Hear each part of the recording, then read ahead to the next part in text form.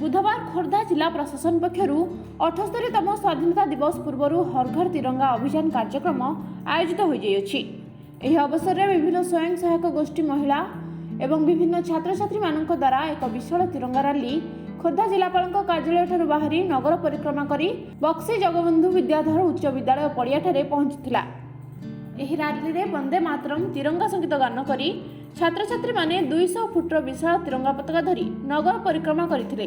गोटे भारत आमर फेस्टिवल बोली कहबा जेमती आमे पालन करूचे दशहरा दीपावली सेमती प्रति घरे घरे आमर स्वाधीनता दिवस दिन प्रति घरे घरे तिरंगा उड़ीबो। आमे प्रति घरे घरे तिरंगा उड़े स्वाधीनता दिवस पालन करबा।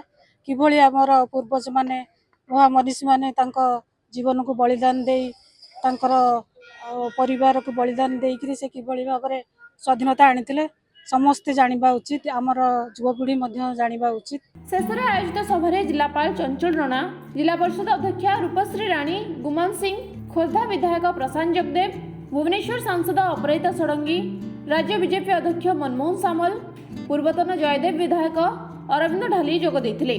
जिनस कहबी जेटा समस्त को गोटे प्लाटफॉर्म ऊपर को आनी दउछि दल मत निर्विशेष रे धर्म जाति वर्ण निर्विशेष रे समस्ते एकाठी की चालुचंती। आज खोर्धा रे जोटा कि आमर खोर्धा जिल्लार हेडक्वार्टर सेठी आमे समस्ते एकाठी हेतिलु ओ आमे आज 1.5 किलोमीटर चलिलु आ तापरे समस्ते एकाठी हेलु सभा कलु। देशर अखंडता रक्षा करबा एवं देशर सार्वभौमत्व रक्षा प्रत्येक भारतीय कर्तव्य हेबा उचित बोली अतिथि माने जे वक्तव्य कहिथिले। हम समस्त सहयोग रे सारा समाज को नहीं देशर साधारण लोकों सहित जो संपर्क अच्छी विश्वास अच्छी नहीं निश्चय को ओवरकम करा एवं ये समस्या बहुत कम दिन भीतर समाधान हो। विभिन्न समय घटना घटी विगत दिन इतिहास जानी कि लंबा समय ये समय चलने आम निश्चित द्वारा आलोचना वातावरण समाधान कर। खोर्धारू आकाश कुमार विश्वाल रिपोर्ट विश्ववाणी लाइव।